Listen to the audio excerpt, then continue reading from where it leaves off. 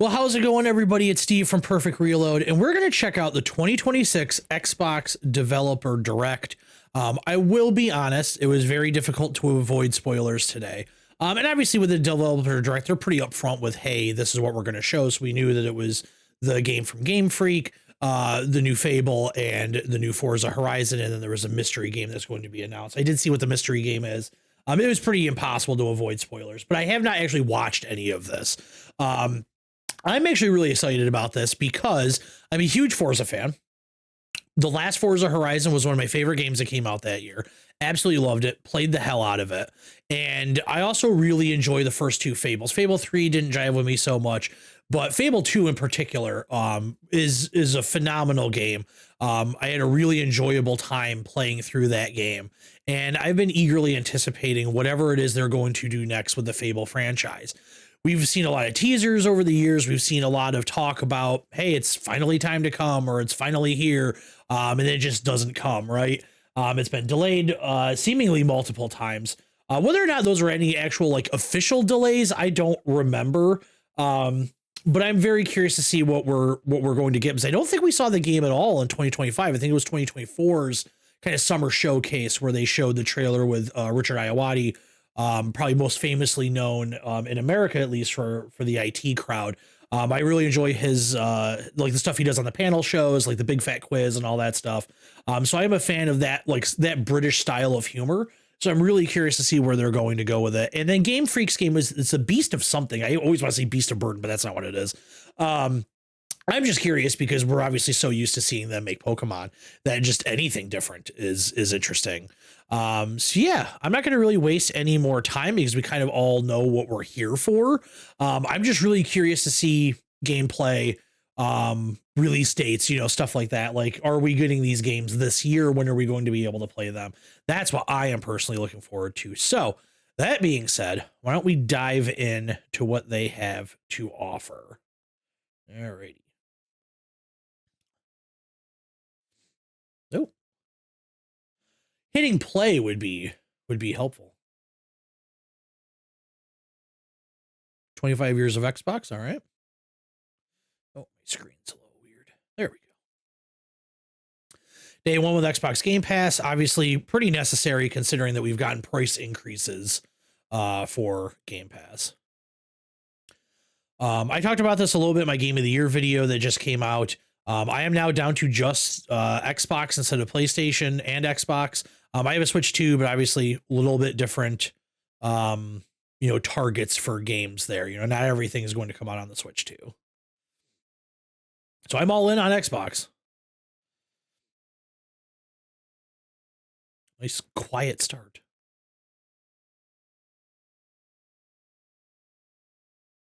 All right. And it is nice that they do this, that they actually show the developers in their offices, giving them kind of the spotlight that they deserve that a lot of times they don't get.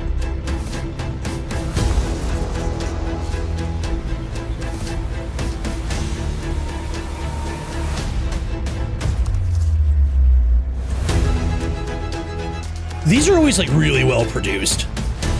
They're nicely filmed. The little like interstitial things like this, showing like the concept art kind of stuff, and is just really nice. I think so much of mainstream video game coverage is the negative side of game development, layoffs and things like that. So it's nice to see some positivity, in the development industry. I'm not sure what to do with my hands.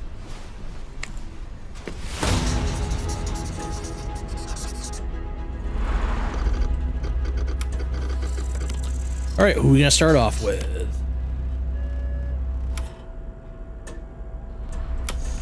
Cool. I mean, yeah, it's playground games for both. They're making Forza and Fable. Obviously, big change going from Forza to Fable.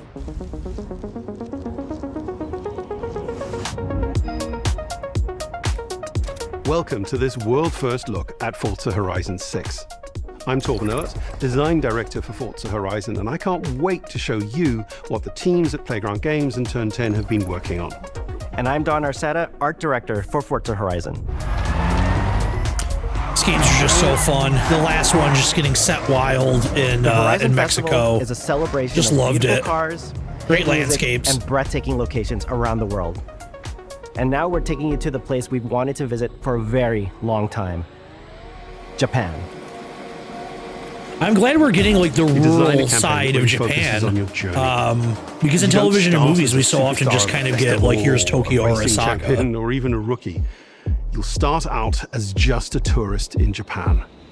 Your first goal is to join the Horizon Festival by completing the Horizon qualifiers. This looks really nice. After that, you'll rise through the ranks, unlocking wristbands as you complete races in faster, more exciting cars. At the end of each round, you must prove you're ready to move up by completing spectacular events to unlock your next wristband. These include classic Horizon showcases and our new Horizon Rush events, where you show off your skills. Yeah, we got to on get something thrilling new. obstacle courses, like I mean, this obviously one they can just at kind of keep docks doing in the same Tokyo thing and City. change the locale. But after the last traditional Forza Motorsport kind of, I don't want to say bombed, but it just didn't really live up to what people were hoping for. You know, this is kind of all they got right now. Areas to explore, and that will be a true accomplishment.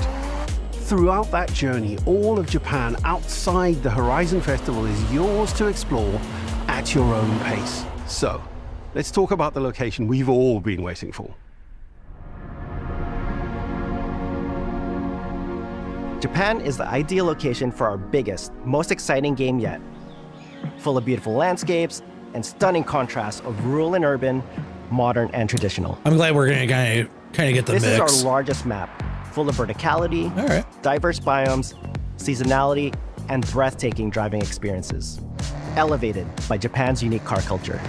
I have to imagine So we drifting knew is from going to the be a big start thing that in we this. wanted to deliver the most compelling and authentic game possible. To help us create those experiences in-game, we sought out advice and insight from people who've lived with Japanese car culture their entire lives. We've hired Little Bow Wow As someone as who a grew up in consultant. Los Angeles and Tokyo, both cities known for car culture, I developed a passion for cars early. I've also worked extensively supporting creative collaborations between Japanese and Western video game studios. Over the course of production, I had many conversations with the team about the nuances and the details of Japanese culture and how to reflect these in Forza Horizon 6. As an example, when we discussed naming options for the player home at Tokyo Docks, we discussed the building number, picking 7 and 8 because those two numbers are considered fortunate in Japan. In fact, these numbers are also part of a well-known Japanese proverb, Nanakorobi Yaoki, which means never give up. Okay. When our team builds a Forza Horizon game, we focus on the essence of the place, what makes it special and unique. At the start of production, our team traveled to Japan to capture reference for everything. Time lapses of real Japanese skies, photogrammetry of trees and geology, scans of roads and buildings, and things as simple as water kick-up and the way fallen cherry blossoms respond to passing cars. From these references, This we looks then like work it to could capture be the soul really of those fun. places, adapting it for Horizon's open-world gameplay. And since Japan is home to driving experiences unlike anywhere else, that process begins with the roads. Inspired by the C1 Loop, Ginkgo Avenue, and mountain passes, like Mount Haruna and Bandai Atsuma. Then we layer in the details around them, creating Like a world cabbages. where every road leads to discovery. For this game, we built our biggest urban area yet. Our Tokyo city is 5 times larger than anything we've designed before, with multiple districts, each with a unique identity. I hope they want to lean create in a kind of city where hard every on road, like all every the corner, Nissan and every models, shortcut you know, is fun to Skylines, drive and a Sylvias, delight to explore. that kind of stuff. That'd be a lot of fun to be able to mess around with. Seasonal change in Japan is dramatic, and these changes are widely celebrated in local culture. We've captured that in games so that you'll see those changes reflected in the That's world right. I around kind of you forgot that as that you was one of the explore. gimmicks to the Horizon That sense of series was exploration is at the heart season of the change. game. Everything you find on your road trip in Japan is something for you to collect. Cars, houses, landmarks, mascots, and more, all tracked in your adventure journal. Oh, that's cool. All right.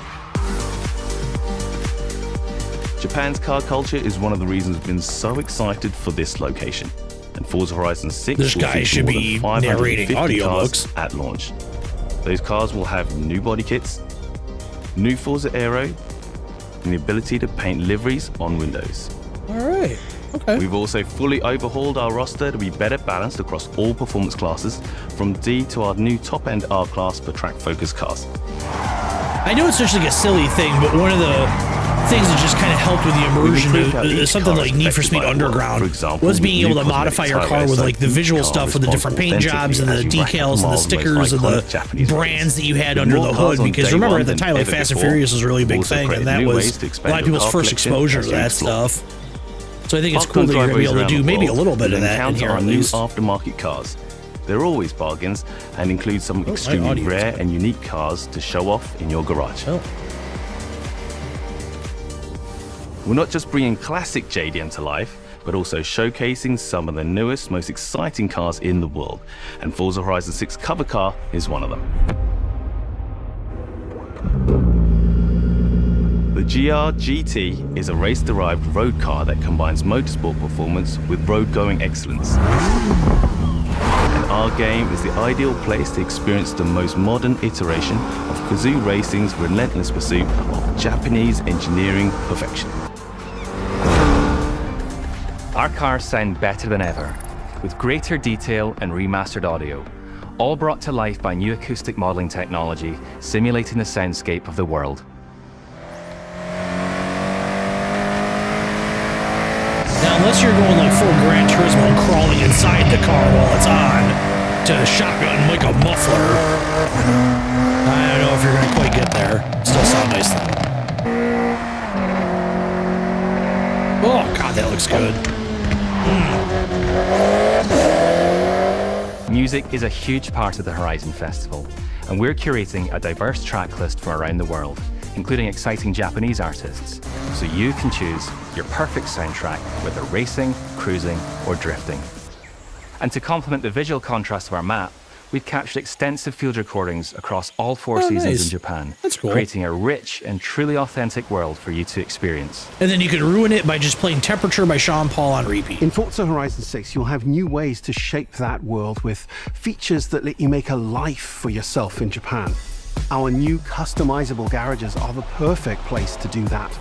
You'll find one of these at every player house, big enough for multiple cars, where you can freely decorate the entire space.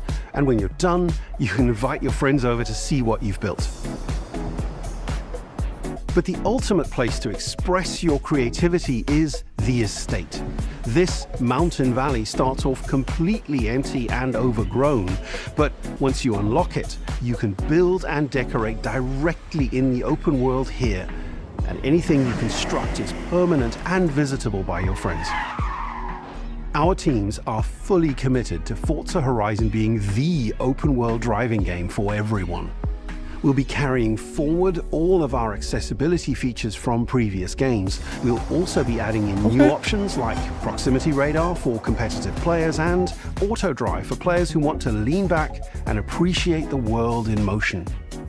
Our major new accessibility feature is customizable high contrast mode, making the open world of Japan visually accessible to everyone, no matter how you and your friends play. I mean, Xbox really does kind of always go all out on accessibility settings, especially in first-party titles. Japan is world-renowned for its car meets, like Daikoku, and inspired by these experiences, Forza Horizon 6 will include new open-world car meets. These are places where you can show off your cars and characters, download tunes and liveries, and even buy a copy of the cars you see. Then head out together to explore, where you'll find classic events like street races and our new Toge battles, iconic nighttime races down Japanese mountain passes. That's going to be a lot of fun. There's more to do. Just let's go full initial D in here. With new shared experiences. I think you give you the little card you gotta bring to the arcade cabinet though and pop it in. These are seamlessly part of the open world, with no loads, no matchmaking, just a truly social experience with you, your friends, and the in-world leaderboard. I don't have any friends. Playing together is easier and more rewarding than ever. Forza fans are incredibly creative, making everything from liveries to race events and scenic locations to explore. To support your creativity, we've added the ability to start building from anywhere, as well as loads of other player-requested improvements, all of which are also available in the estate and the customizable garage. We also know you love to collaborate, so in Forza Horizon 6, we're making building fully multiplayer. In Horizon Collab, you and your friends can build anything you can imagine together. Oh, that's cool. That's a nice little touch. From everyone here at Playground Games and Turn 10 Studios, we hope you've enjoyed this first look at some of the new features we've been working on, and that you're as excited as we are for the game. We'll be launching on Xbox and PC on the 19th of May. If you're a Forza fan on PlayStation, we'll be welcoming you to Japan later this year when our PlayStation version is ready. Maybe 6-month delay, stay tuned or maybe something for the holidays for PlayStation. Over the coming months. And thanks for joining us. We can't wait to see you in Forza Horizon 6 as we discover Japan together. Well, this is a day one play for certain. I will definitely be looking forward to this.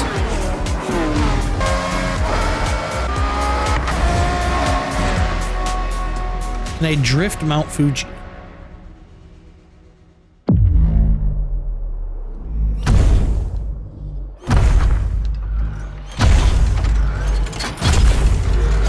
Okay. Is that Gundam? Can you drift a Gundam? Can you fuck the Gundam? Where are we getting next? All right, let's see what Gamefreak's got.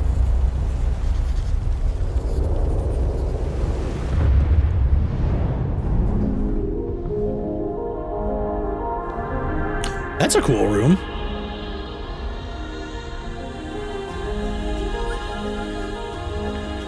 Minasan, konnichiwa. ゲームフリークのゼネラルプロデューサー大森茂です。ここは東京にあるゲームフリークのオフィスです。ビースト・オブ・リンカネーションはかつてない新しい体験を作り出すことに主眼を置いたゲームフリーク独自の取り組みギアプロジェクトから生まれた新しい挑戦です。これまでもポケットモンスターシリーズのほかソリティバ、ギガレッカーなど Yeah, I know they've done other things besides Pokemon, but really the only exposure I've ever had to Game Freak stuff is through Pokemon.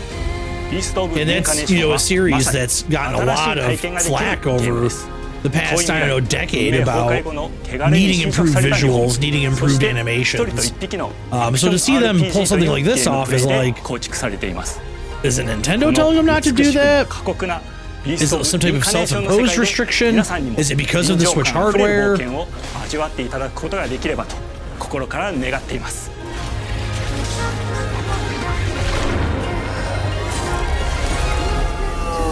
これまではポケットモンスターシリーズでバトルプランナーやサウンドマネージャーを務めてきました。ただ新しいゲームに挑戦したいという強い衝動もずっとあったんです。I'm hoping this isn't just like a Souls-like thing. I fear that it is, because it's just that style of game is just not for me. We'll see. 最初は黙々とそのゲームである感覚を自分の心に問いかけることから始めていました。世界観もキャラクターもゲームデザインも決めずに、ただどんな感覚がいいんだろうと探っていました。そうしているうちにぬくもり、頼もしさ、そして寂しさが入り混じったような感覚が最もしっくりきたんです。自分の心に反応しました。Oh, there's like a sci-fi bend to this. Okay. とこの世界を一緒に旅していくぬくもりのある相棒、クーもその過程で生まれました。漆島からビースト・オブ・リンカネーションのコンセプトを聞いてとても興味を惹かれ、すぐに参加しようと心に決めました。長年ゲームフリークではポケットモンスターシリーズを通じて生き物やパートナーを描いてまいりました。しかし今回のプロジェクトでは過酷な世界を相棒と共に旅をするという体験を目指しています。汚れと呼ばれる寄生植物が蔓延している世界がかつての文明の廃棄を覆い尽くすほどまでに植物が生い茂った過酷な環境となっており、ダイナミックな移動が要求されます。このような経緯で血を吐いて自由に操ることができる銃のような神をエマの能力にすることになり、プロトタイプも出来上がってきました。そしてそれがエマという人物のバックグラウンドとキャラクターデザインを形作っていったんです。I want to find a friend.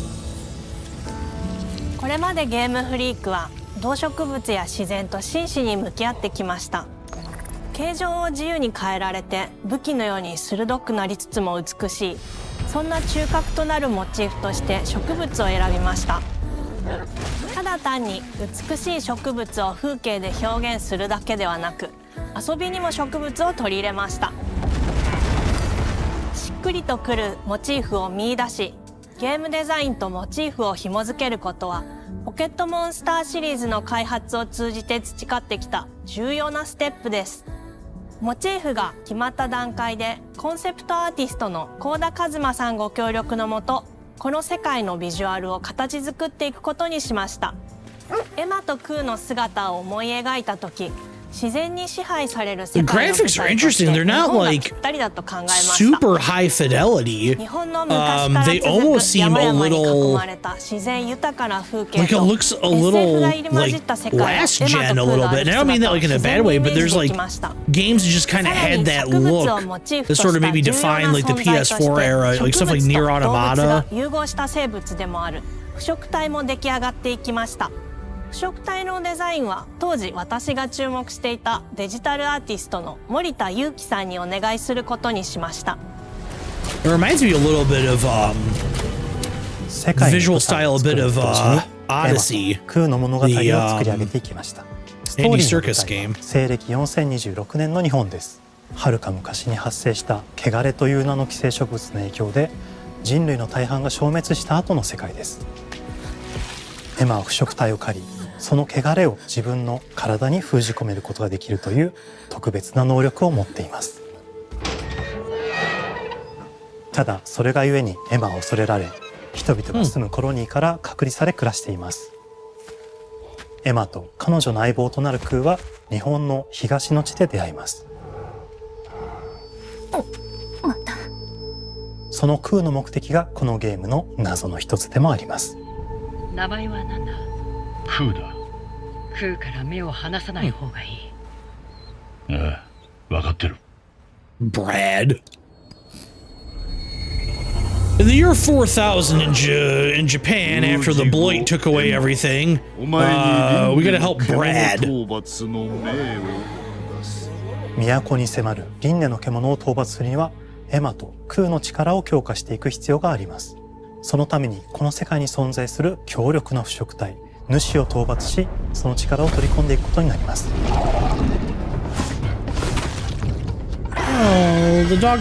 れを封じることができるエマにしかできない特別な役目です。腐食体はこの世界の畏怖の対象であり、最も象徴的な存在です。汚れに寄生されて巨大化していった生物たちです。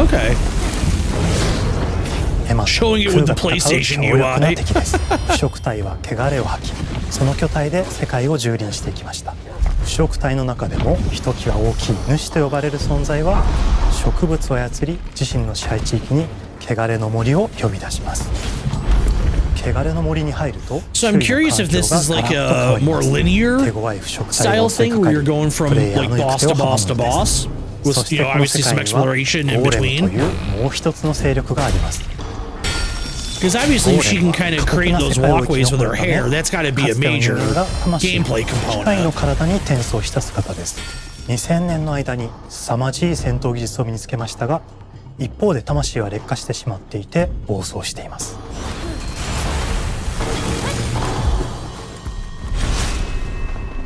エマとクーはさまざまな人物と出会います。長い旅をサポートするブラッド、カグラであったり、あとはクナイというエマと同じように腐食体を連れた剣士とも巡り合います。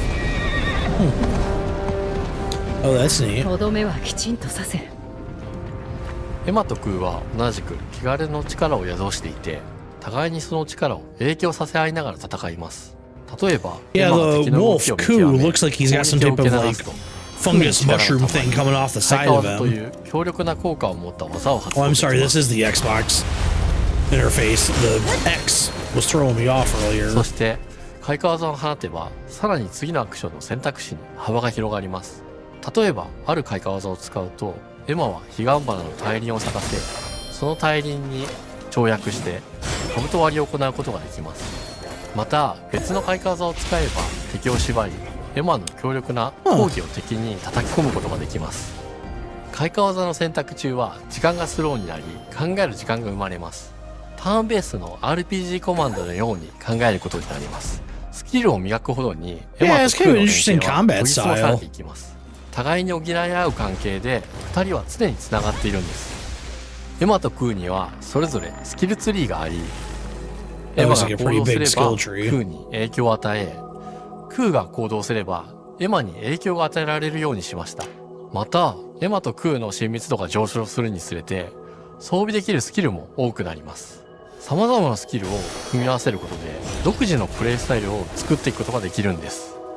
さらにエマとクーを結びつける霊秘石やエマが受け流しを行った際に発動する刀の効果を重ねていくことなどで、より奥深い戦闘ができるようになっています。遠距離だけで戦う人もいれば、Okay, yeah. ステル If ス you're だ gonna けで have 戦 ranged う人 weapons もい as ま well. すし、 Stealth. Okay, yeah.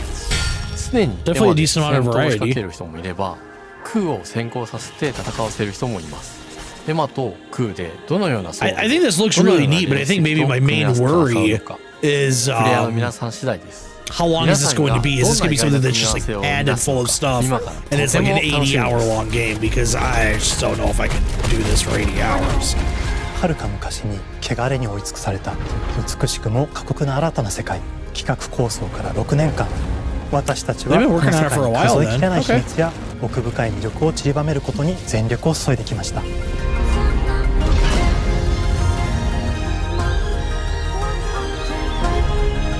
すべてのプレイヤーの皆さんにビースト・オブ・リンカネーションの世界を体験していただける日が待ちきれません。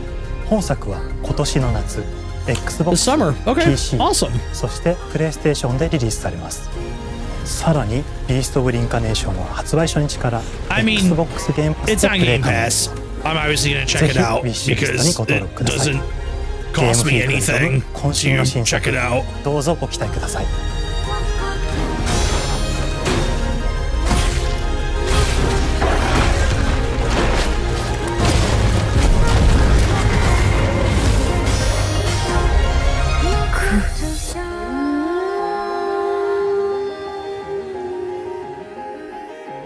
Cool. I dig it. Is this our mystery game? I will be honest, I got it spoiled today. I know it's a Double Fine. It's called Kiln, I think.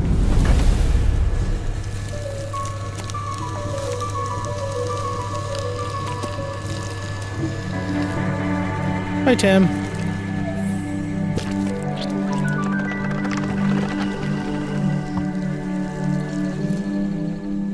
Oh, hello. I'm Tim Schaefer, founder and studio head of Double Fine Productions. And this is Elspeth Larkin, senior tools programmer and junior in-house ceramicist. At Double Fine, we try to take a little time every so often and create quick game prototypes. Anyone in the company can pitch a game idea, and we have a vote on which ones we want to try to make. We forget the projects we're currently working on, basically get amnesia, and we do this for 2 weeks. That's a fortnight. And we build a few of these experimental game prototypes. We call this process Amnesia Fortnight. We've had all sorts of great ideas come out of this process. Yeah, I was gonna say they've definitely done a handful of things that came from Amnesia Fortnight. It's just like this clay. With a little bit of pressure and creativity, something interesting is created that wasn't there before. Our next game came out of Amnesia Fortnight. It's all about encouraging you to create with others, and then use what you create to destroy each other.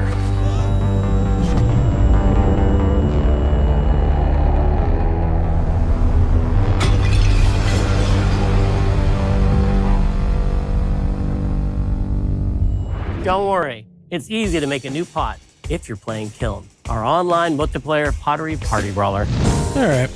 I mean, this won't be for me. I don't really play online games like this, but I do really like everything, for the most part, that Double Fine has done. So I hope this game does well for them, and I hope people really enjoy it. It's just not going to be something that I check out.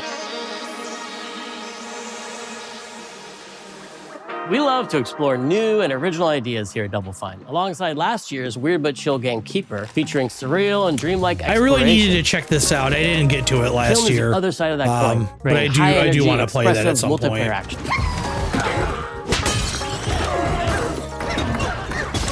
You'll get a chance today to see how we're continuing to foster our spirit of creativity with this next game. Derek Brand spearheaded this pitch, and he's here today to talk about this fully realized Double Fine experience he's leading with his team. Kiln is a multiplayer party brawler, and it's just as much about the act of trading with your friends as it is fast-paced competitive destruction. We built this game to respond to your creative design choices, as well as your relentless cruelty to anthropomorphized clay pots.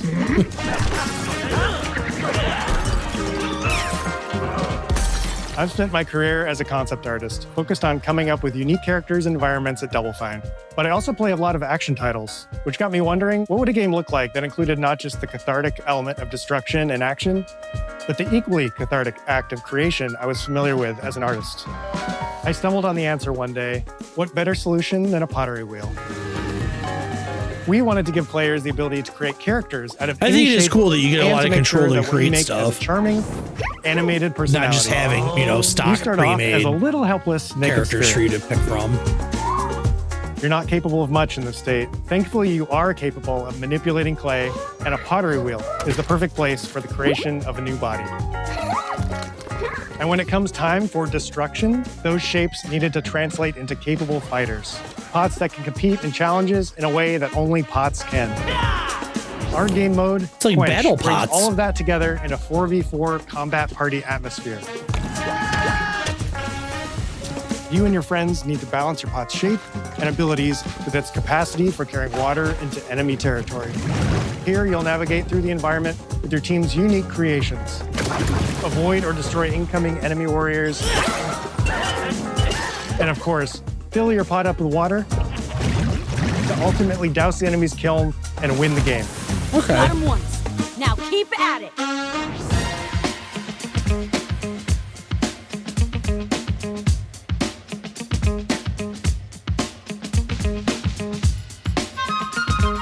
With Kiln, we wanted to give players what we know they've always wanted from Double Fine.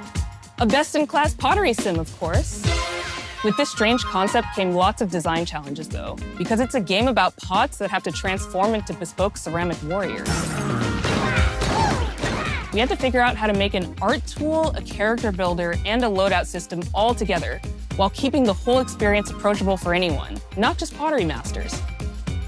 After many iterations balancing simulation with arcade-like simplicity, we landed on a design that lets you feel like a master potter who can easily make any pottery shape you could dream up. Even if you've never seen a potter's wheel. From a design standpoint, that is an It's interesting weirdly task to have satisfying. to tackle. Is you want people to We've be able to carefully make married cool the clay stuff technology and with not the feel behavior like, of the well, I don't sculpting really tools I have an control artistic, to make sure anyone can pick it up in seconds. sensibility. Am I going to be able to also Refine make it cool with things sponges, in shapers, this? and straight edge tools to get specific and make it yours. As you sculpt, you'll notice the game recognizing the different shapes you've made. It'll automatically detect when you're shaping things like cups, vases, bowls, and many more. So that means we had to ask ourselves, That's cool. if I was a vase, and this vase So it that I kind just of made was now my nudges body, you into what can these I, as a vase, predefined do? things because you need to be able to carry this water and do all that. So yeah, that's pretty smart. Every pot in Kiln needs to have a core set of moves fit for a warrior. To run, jump, attack, and roll. They also must have moves fit for a pot to fill up with water and then splash that water out.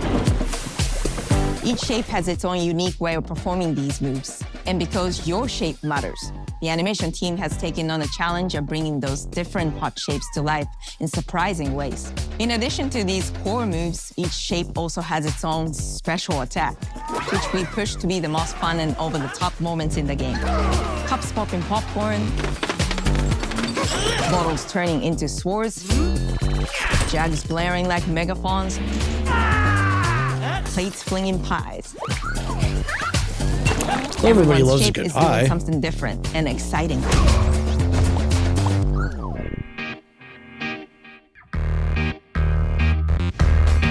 As you fight over the water on the battlefield and try to extinguish your opponent's kiln, you'll have to pay attention to each map's unique nuances. Our mantra of shape matters carries over into our maps. We specifically designed our maps to integrate with how you choose to play and what pot you choose to play as. So you'll see things like secret tunnels that only fit certain size pots and pathways that are only traversable with certain shapes. You'll fight on fractured, floating pieces of ancient history, like an ancient Greek nightclub fit for Dionysus. It's even got a dance floor. Navigate Athena's giant strategic war map, inflating sponge warriors with water to rearrange the battlefield to your advantage.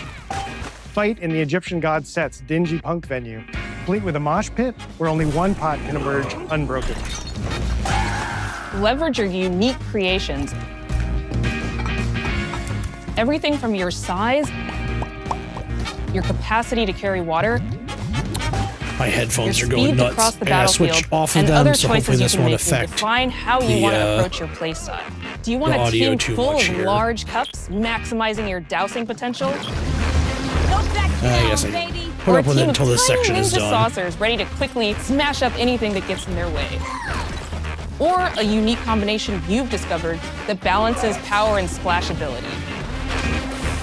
If you're skilled enough to end up at the enemy kiln with lots of water, you can unleash a powerful super splash ability that does tons of damage and makes the kiln vulnerable to further attacks, letting you and your team dunk on the enemy kiln to either win big or turn the tide and make a comeback. And that is how it's done. At the end of a round, the cycle of creation and destruction loops around again, and now you're back in the wedge, a multiplayer lobby where you can hang at the wheel and make something cool with your friends. You've just earned XP points and chips from battle. Now you can load up on art supplies and expand your pot-making options. All right. I think of the game being so much about the fighting, but when people play it, they just want to create all day long. Our decoration system was designed to support your creativity. As we did with the design of the sculpting process, we looked to the pottery studio for inspiration. We found ways to translate the experience of adding spouts, lids, and handles, as well as glazing to Kiln. Every design choice we made ultimately serves the goal of enabling a near infinite range of possibilities. We can't wait to see what your favorite designs are. It's all about my pizza party themed small jug. It becomes a drill that can dive under enemies, and it pops up with a special delivery of destruction. I love a medium jug, a simple handle, a 2-layer watermelon glaze, and I'm ready to bring the good vibes into the chaos. My favorite I do is the large like the vase. idea of It a has watermelon UFO-like glaze. animation, and it's great for I got team on the defense watermelon and train protecting line. your I know base. this is off topic. I never really Hands liked down, the best pot watermelon shape is a flavored small things bowl. outside of It's actual perfect for a watermelon. sneaking past But enemy. last year, Plus, I was its out on ice the cream thing road, special is so driving cute. out of state, stopped to get some pretzels One of at my the rest favorite stop, warrior pots and has to be the they medium had base. watermelon It's lemonade, decently and I have been fast, hooked motivated, ever and since. repairs God, it and is so good. The decorations really make it shine. A curved elbow Now they've got style watermelon Cupid's lemonade handle, sparkling some water. spiked charms, Oh, with a rainbow glaze, and the one butt best. sticker. You can't go wrong with butt stickers. My favorite pots use the absolute most material possible to make the biggest pots possible. I call it tiny. Whichever pot you decide to create, whether you're a budding artist or a seasoned gamer, you'll be fulfilling your pottery power fantasies when Kiln launches in spring 2026 on Xbox, PlayStation, and PC. This is just the beginning of the pottery party as we bring regular updates throughout the year with expanded decorations, new activities and game modes, and much more. Creating is more fun together, and we'd love your help sculpting this experience. Be on the lookout to throw down with fellow Double Fine fans and join the Double Fine Action Insiders for an even earlier look and a chance to play in our closed beta very soon. You want me to say it 5 times? That's mean. Am I supposed to? Okay. This game is called Kiln, an online multiplayer party. right, while they're wrapping up, I've got online to multiplayer party. fix I'll never do it twice. Okay, I can do it again. Online multiplayer Audio, party. because as nice as these headphones are, God, they do not like to connect the Bluetooth. Let's see if this works. It did not. All right, we'll just switch to different audio. That's fine. Should be okay. Online multiplayer pottery party brawler. All right. I'm going to hope this doesn't come up too much on my microphone. I apologize if it does.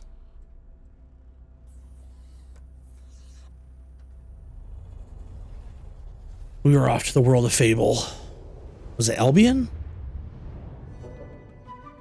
This is what I've been personally very much looking forward to.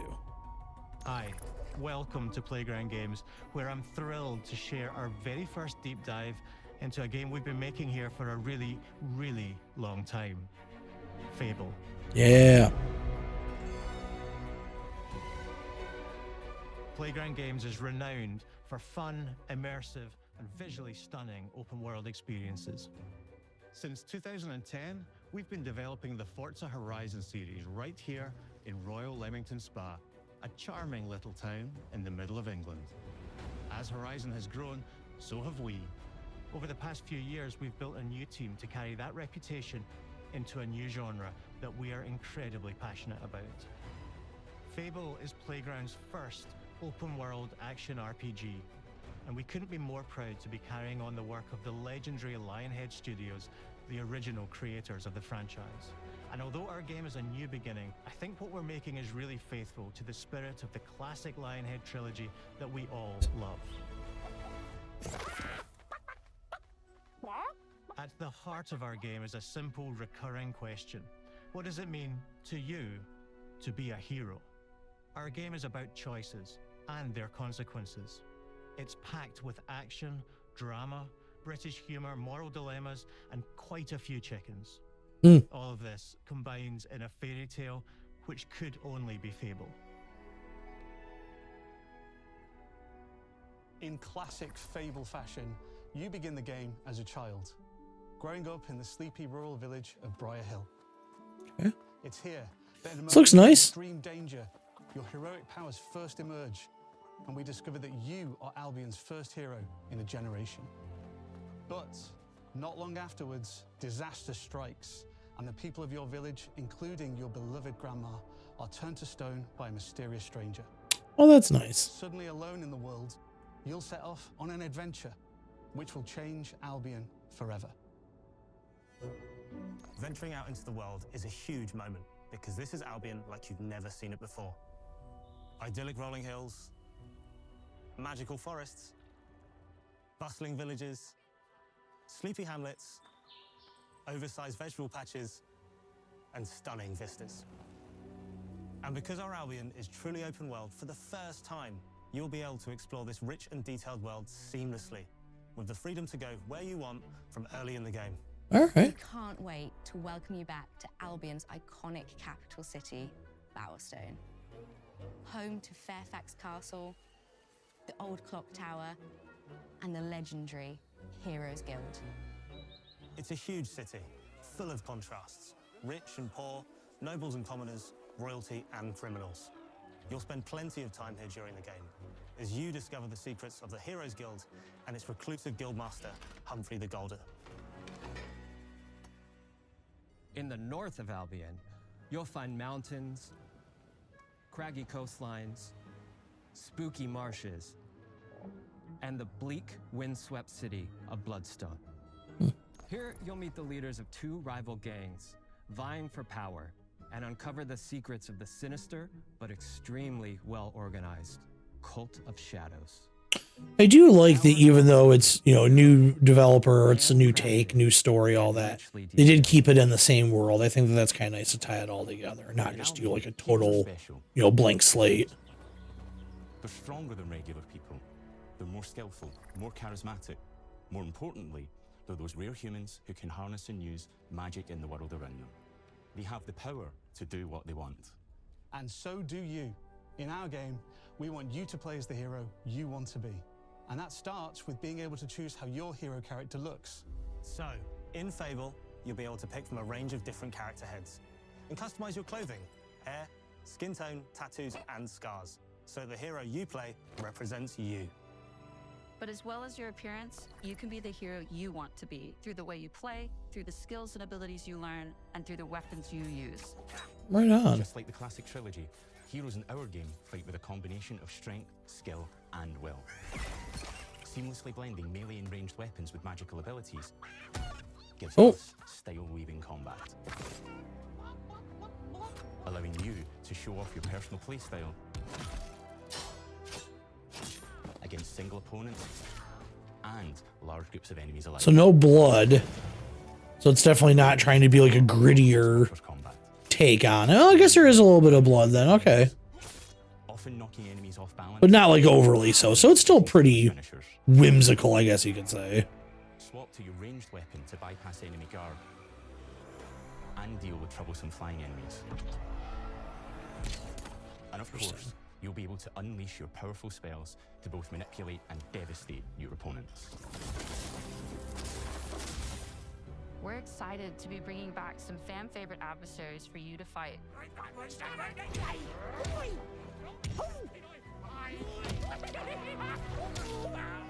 Hobbs are back, as are Balverines, Hollowfolk, and Trolls. I like that rapid fire, is it some type of crossbow maybe? That's cool. Enemies too, like this fearsome cockatrice, a giant fire-breathing chicken. Each enemy family is different, with their own weaknesses to exploit and defenses to overcome. But with all the unique tools in your combat toolbox, how you defeat your enemies is up to you.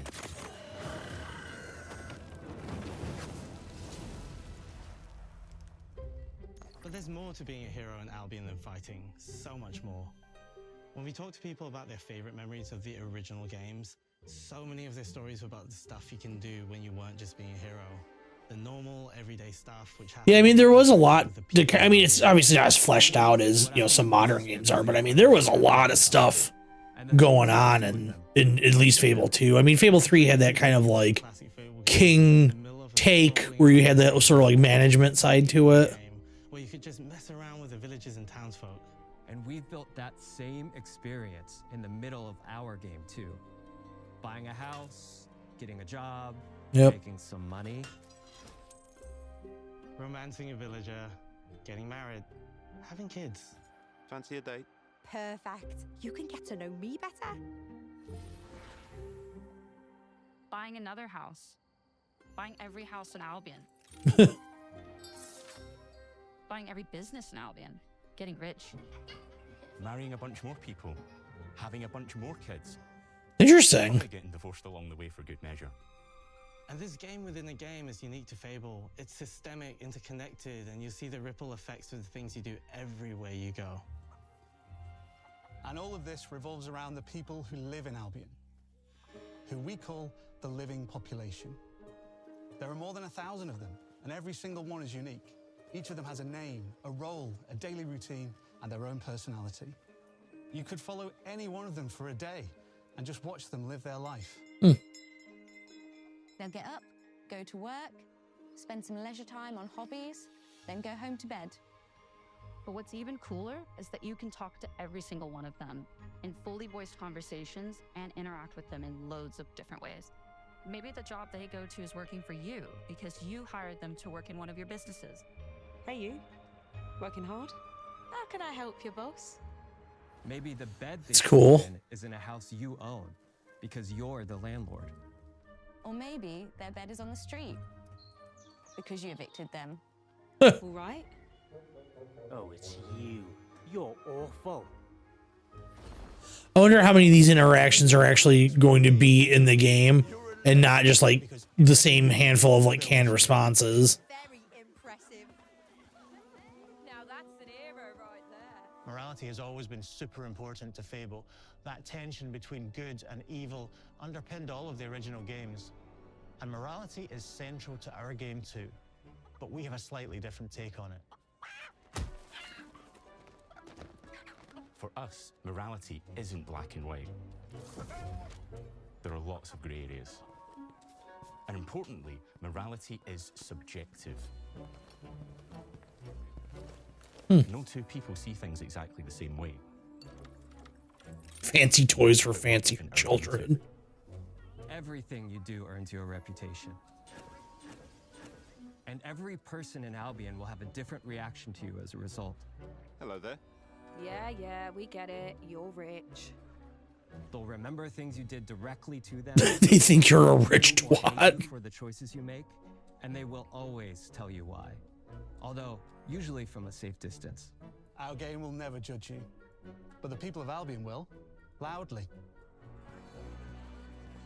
Imbecile.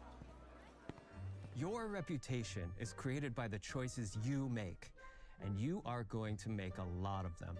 Big choices, little choices, moral choices, and some choices that will actually change the landscape of Albion for the rest of your game.